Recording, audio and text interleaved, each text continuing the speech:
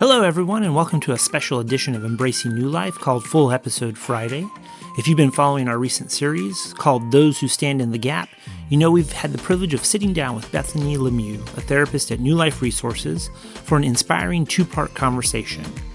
For those who may have missed it, or who prefer to listen all at once, we're bringing both parts together for one full episode that dives deep into Bethany's story, her journey into counseling, and the transformative work she does around betrayal trauma and supporting highly sensitive people. So, get comfortable and settle in for this extended conversation. We're thrilled to share Bethany's insights and experience with you all in one go. Let's jump in. Well, welcome back to Embracing New Life. On this episode, we're going to talk with Bethany LeMieux. Bethany LeMieux is an LPC at New Life Resources, and so we brought her in today to share some of her background, some of her personal stuff, some of how she got into counseling, and then one area of focus that she'd like to share with the audience today. So why don't we start there? Welcome, Bethany, to Embracing New Life. Hi. Yeah, welcome, Bethany. So tell us a little bit about yourself, and the two domains we can focus on right now can be, just tell us a little bit about your background, and then also kind of what got you into counseling and kind of keeps you going. So I'm Wisconsin born and raised. I didn't get very far. I have been married to my college sweetheart, and we have 3 kids.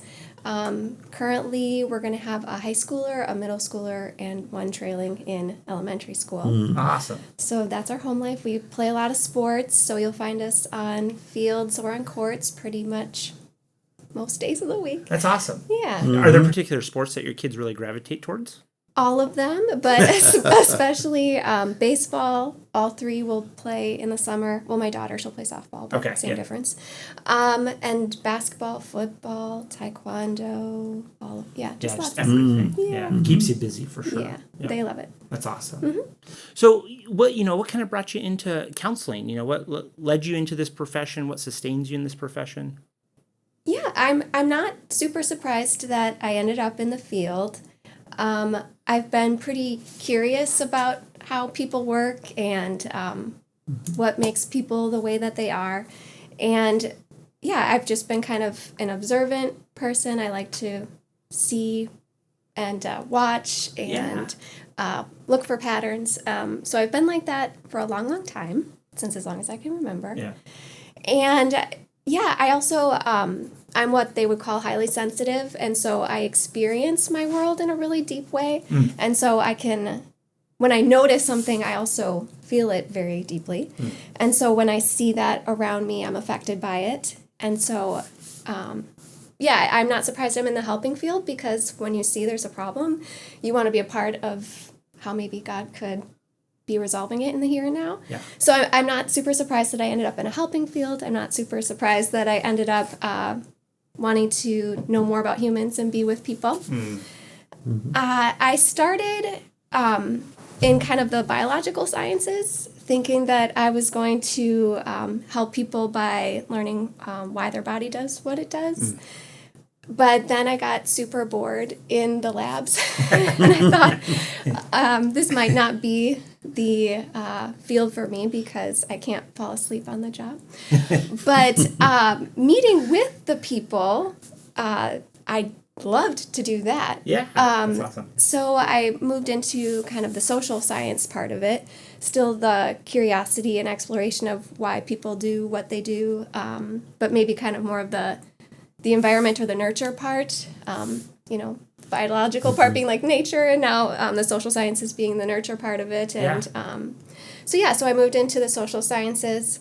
I also did a few years in full-time vocational ministry. Very cool. Which I think the parts that I loved most about that was meeting individually with the people and seeing how God is working in their lives and being a part of how He's restoring people. And I was like, wow, I really love doing that. And so how can I marry that with my love for curiosity and the social sciences, plus just seeing how God works and being a part of that in my work. So that's awesome. Yeah. Very cool. So developing and maintaining relationships has been really important to you. Mm-hmm. Yeah, just a delight in people, and just seeing, like the Christian perspective really helps me to understand why people matter. And I just love finding out in what ways people reflect who God is and his character that can be seen in people. I just love to watch that and see it and to help point that out to people if they're not so sure. Yeah. Yeah, that's an incredible gift that you can give to them. Yeah. That's awesome. Real quick, I know you weren't prepped for HSP, but highly sensitive people. Sure. I mean, it is something that's becoming more like known, and people are identifying it maybe more rapidly now. But what is something, for people who are have heard the term, don't know a lot about it, and are curious or are thinking like, oh, maybe I fall into that category. What are some things that they should be aware of if they're that type of person? Yes, I'm very familiar because I've been it my whole life. Yeah. So I'm like, this is just how I experience my world. So yes, very familiar. So some of the factors of highly sensitive has to do with how you experience yourself and the world.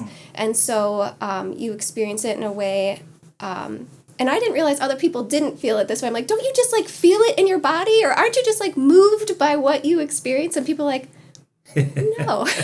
Some people are like, no, that doesn't happen to me. I'm like, oh, okay, I thought this was just how all humans operate. Yeah. So it's part of it is, how you experience your world, how you're like physically affected by what you notice. A lot of it is also sensory. So let's say, you don't love loud concerts or being in arcades with like lots of flashing lights or like too many sounds happening at once. So you can get, because you experience your world so deeply, there's just, when there's a lot going on, you're like, ooh, system overload. Like there's too much for me to experience right now. And I need to remove myself to, like, literally, like, my brain starts buzzing a little bit. I'm like, like, wow, this is a lot going on, and I need to get myself into a place where it's less sensory data. Yes, exactly. So that might be a part of being highly sensitive is how you just physically experience the input of the world. They're also known for being deep thinkers and also just kind of that curious part about they call it like a rich inner world. Yeah. And so a lot is going on in your brain as you're exploring the things that you're deeply experiencing. And then also generally highly empathic. And so because you feel the world a lot, you also can feel you can imagine what other people might be feeling. Yeah. And so you can sense that or be highly attuned. You notice, highly sensitive people tend to notice little details that other people might overlook or not see. Yeah. And so, we're highly perceptive, deeply moved, and it's wonderful, but also it's a lot. It's a lot. So a lot of people aren't quite sure what to do with it, and it feels like if it's too much, then maybe it's wrong. Yeah. Or maybe sometimes your environment isn't as conducive to live well with it, and so how to make peace with the blessing of it, but also how to manage what sometimes feels like the downfalls or the curse of it. But how to take it as a part of how you reflect the fullness of who God is includes highly sensitive people, and so how to embrace that, but then also know how you're going to have to navigate your world considering this is the way you experience it. Yeah, it's interesting. Yeah, what are some steps that people with HSP features take to live well? I think being aware of what you'll need to live well, so awareness to not take it with shame, to say it's wrong or bad if I get overwhelmed in these situations, or how to just adjust and make choices that to the most of your ability. There's some situations where you can't, and it's just going to happen, and you're like, okay, I'm just going to have to face this, and I might be overwhelmed there. But to the most that you can, try to create an environment or a world that you're not as overwhelmed as often as possible. And to, again, with that resolving shame part, how to just embrace it as a part of who you are and see the benefits that it provides. And pros and cons. We want to describe, not judge. Yep. Yeah, it can be a superpower, which is fun. I would imagine, though, in our modern society, man, there's just so many stimuli that, yeah, it could be overwhelming pretty quickly at times. Yep. So how to accept that you might get that way, how to know, like, okay, if I have all these things happening in a short period of time, I'm going to have to take some time to recalibrate, and that doesn't make me wrong or bad. It just is how I'm going to have to take care of myself to live well. Yeah. I was thinking, I don't know that there is, or if you guys know, but that rich inner world, right? Does that mean if kids with HSP, are they more imaginative when they're kids? Like, does that lead to a more like imaginative life or greater dreaming, that you recall? Like, is there any research or any information on that? I just thought about it. I would assume it would go hand in hand. Yeah. I was just telling you guys, I have, so my 10-year-old is also highly sensitive. And he was just telling me about his rich inner world of how he was going to make a pool happen in our neighborhood. And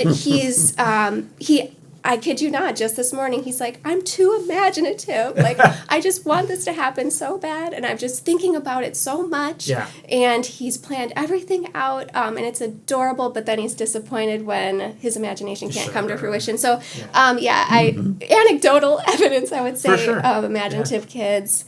Generally it could come out in the arts. That's another part I didn't mention, is that, like, you just have such, like, beauty, and you're just moved by what you see and hear in deeper ways. And so music and the arts, like, when you see something, you're like, oh, that could just make me cry. It's just so beautiful. So it's just, imaginative plus creative or artistic could definitely be combined in that. That's awesome. Yeah, and it's a fun story from your son. So literally just this morning.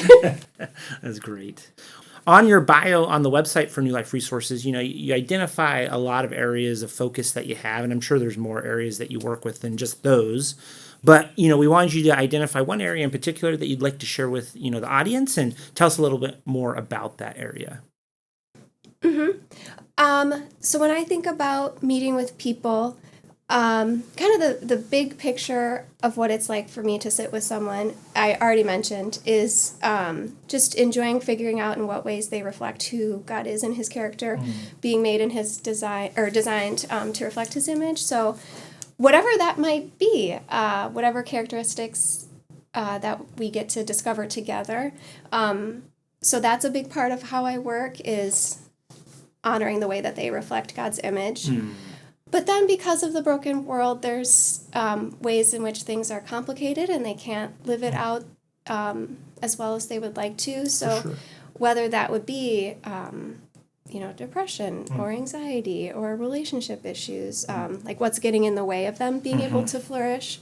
So our content might revolve around what's getting in the way and figuring out how can we restore that to be able to live out of your design. Yeah. So I would say, like, big picture, that's what I try to do with everyone. For sure. And so, as far as specifying, like, what content do people want to talk about, I'm not super, like, rigid in what specifically they want to talk about, because I think, like, the big picture of you matter, things are difficult, and this is how, or there's ways that that things could happen, that this could be restored in the here and now. So that's just kind of a big picture of how I generally work. For sure. But one of the complications or difficulties in this world that really came out in what I've been noticing in the clinic was about the effects of pornography or sex addiction on relationships and families.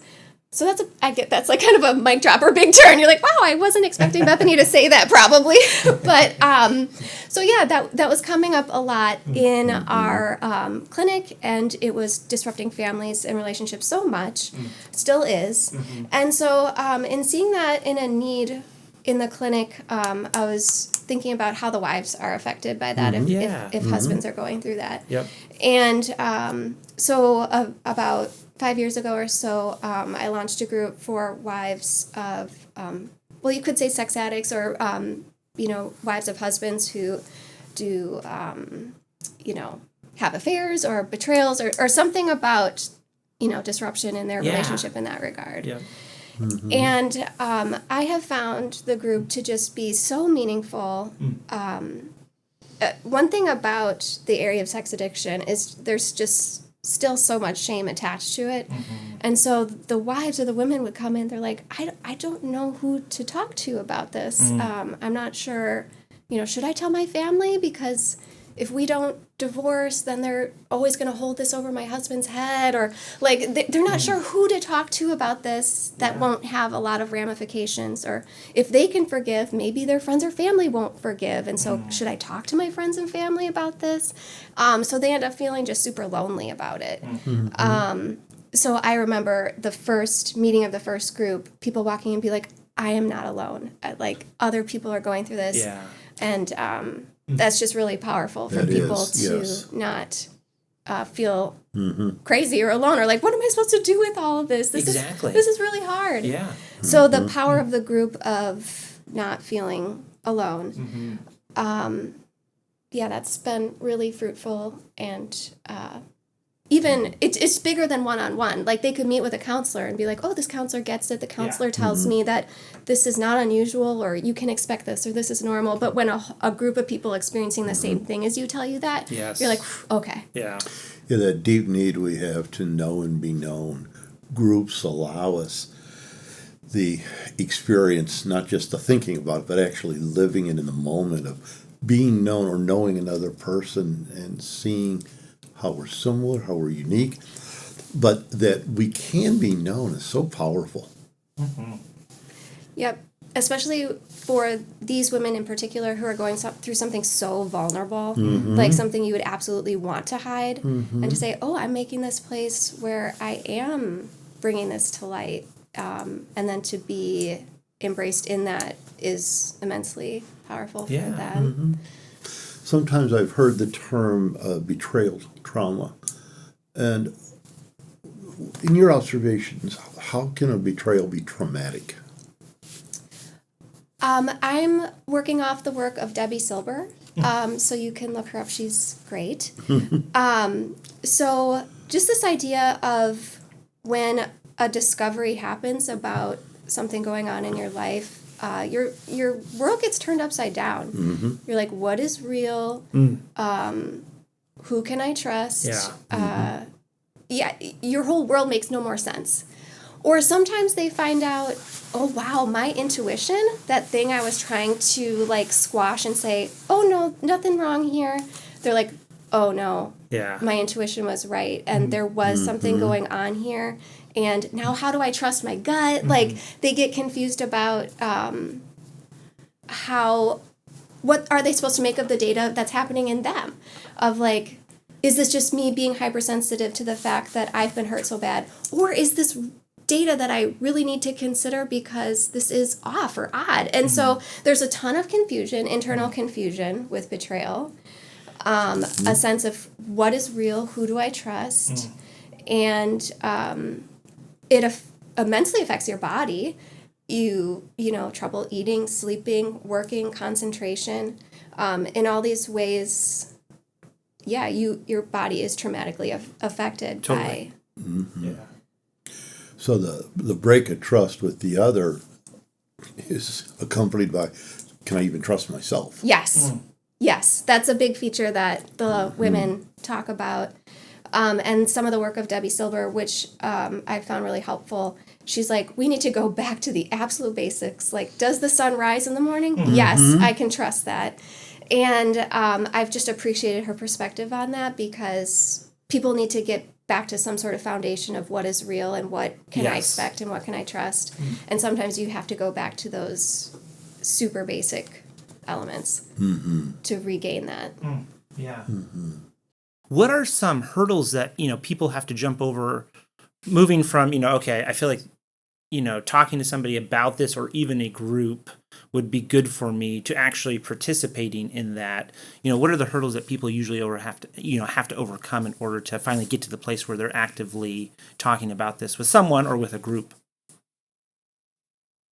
I would imagine there's some denial factor of like, let's just smooth this over and pretend like nothing's wrong. Yeah. And so having to come to the grips of, no, this is really what's happening in my life, and I can't just put a Band-Aid over this. And and the desire to just want to smooth over it as quickly as possible. Yeah. To be like, no, like entering the pain would actually help it resolve in a more, effective way.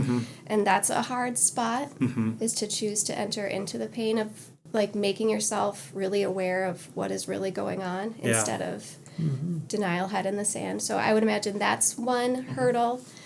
Another hurdle that I've heard from women is like, well, how, if I want to support my husband, I don't want to like bring shame to him. And so as they are exploring it themselves, they're like, well, how does this affect him?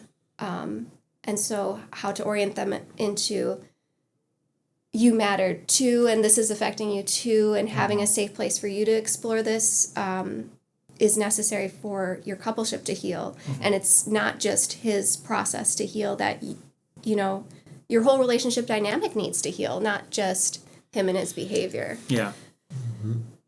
So entering the pain doesn't sound very attractive. No. Not at all. I don't like pain at all. What's the advantage? Why would we facilitate someone going through the pain? I imagine it's more real. Like, it's really what's happening. And it's horrible, but it's honest. And so it kind of brings you back to the vulnerability of what is, and not this, alternate reality, which you wish were true, but isn't. Yeah. And so being known when there is pain, that's part of being known. Right. Being real. What's on the other side of the pain? 'Cause sometimes people will wonder, is there anything? That's, I'm so glad that you brought it to the arc of hope. But, so I've been running this group for about 5 years, and we've had some members who have been with us the whole time. And, everybody's still in a different part of their journey. For sure. And there's a lot of relationship factors that, how each partner is doing the work is going to affect how each partner resolves the work. And so there's a ton of dynamics going on. But there are absolutely stories of women who say, I have reason to trust. I am tentative, but I'm going to try it. Finding out that their husband is being trustworthy. And then they have resolve of, okay, I can be more vulnerable here. I can release some of the anger. I can have some context about how he got here and have compassion, and not just anger of what he's done to me. So I would say forgiveness is absolutely possible. Compassion is absolutely possible. Debbie Silver talks about this too, where what you create afterwards will be different, but it could be even more beautiful. And based on more reality, because often the sex addiction is a coping mechanism for something that somebody else is doing to take care of themselves. And as they resolve that, they can be more real. And they can have a more realist, or like a more impactful relationship with their spouse as they're doing their healing too. So what can be built after betrayal trauma could be even more wonderful than what was originally there, because so many more things have been exposed so that you can be more truly known. Yes.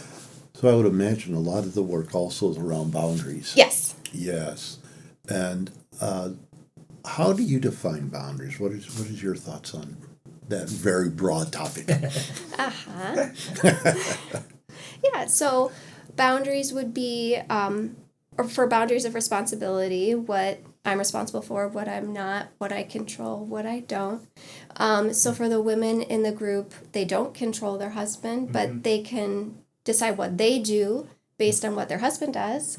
And they can, decide what they're responsible for and what they're not. And that's tricky sometimes, especially in an addiction cycle, because you want to fix, like, you want the other person to be better, and you're like, what can I do? What is support, but not trying to fix it for them? And that's a tough one to untangle as well. So, bringing it back to, okay, but what will you do?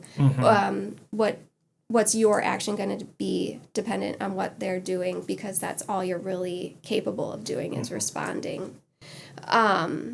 So, yeah, we do talk about what they're responsible for, what they're not, and how to let go of letting the other person have their process, but taking care of yourself while they do. Yeah. And I found sorting that out in groups can be really helpful. They are bringing it out in each other. Yeah, and so, right. yeah, it's really helpful It is. for them to, as they're growing in the concepts, as they're talking to the other person about it, they can see it in a new way. Yeah. That they're like, oh, if I can implement this, if I can see it in their story, I can have more eyes to see it in my story too. Right. Challenging as well, right? Like, oh, I don't know if that's the best boundary for you, or even really a true boundary, so. And encouraging. Yeah, exactly. When one group member experiences success, something going well, all the group members benefit. Absolutely. Yeah, they're because we have women in different parts of their story, and we've seen different arcs, and people have gotten to different places. We have seen a lot of hope. Yeah. And so we've seen how people have been, restored, and how relationships have evolved, and that gives them something tangible to hold to. Like, okay, I saw that in them, and I don't know what my story is, but this could be a possible result. So that helplessness, hopelessness is challenged when you see face-to-face a story that's evolving. Yeah, beautiful picture. Yeah, it's really rewarding. Yeah. How often does your group meet?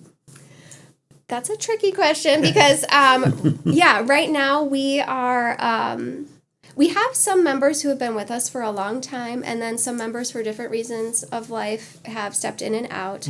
And so actually right now would be a great time if somebody's hearing this and they think, okay, this is my story, and maybe this is something I would think about entering in, and a group process could be helpful for me. We're looking to add more members so that we can meet as regularly as possible. At this point, sometimes, if because of life people can't make it, we end up canceling group. Yeah. And so right now we're meeting the first Wednesday of the month, once a month. But if we have more members, and if we have people who do want to be meeting more regularly, we would meet every other Wednesday. So that's an interesting answer to a simple question.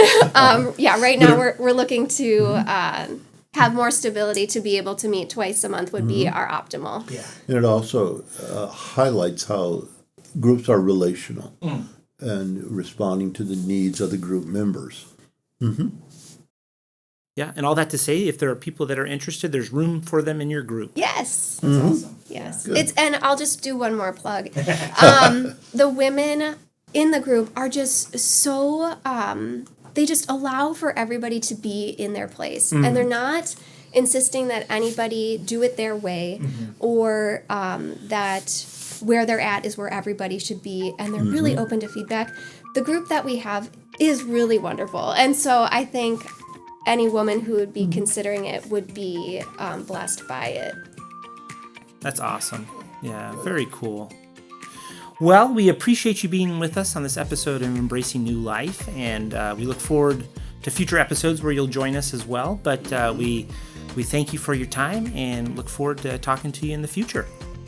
Thanks. Yeah. Thank you. We hope today's conversation with Bethany LeMieux shed light on the complexities of betrayal trauma and the compassionate support available for those navigating it.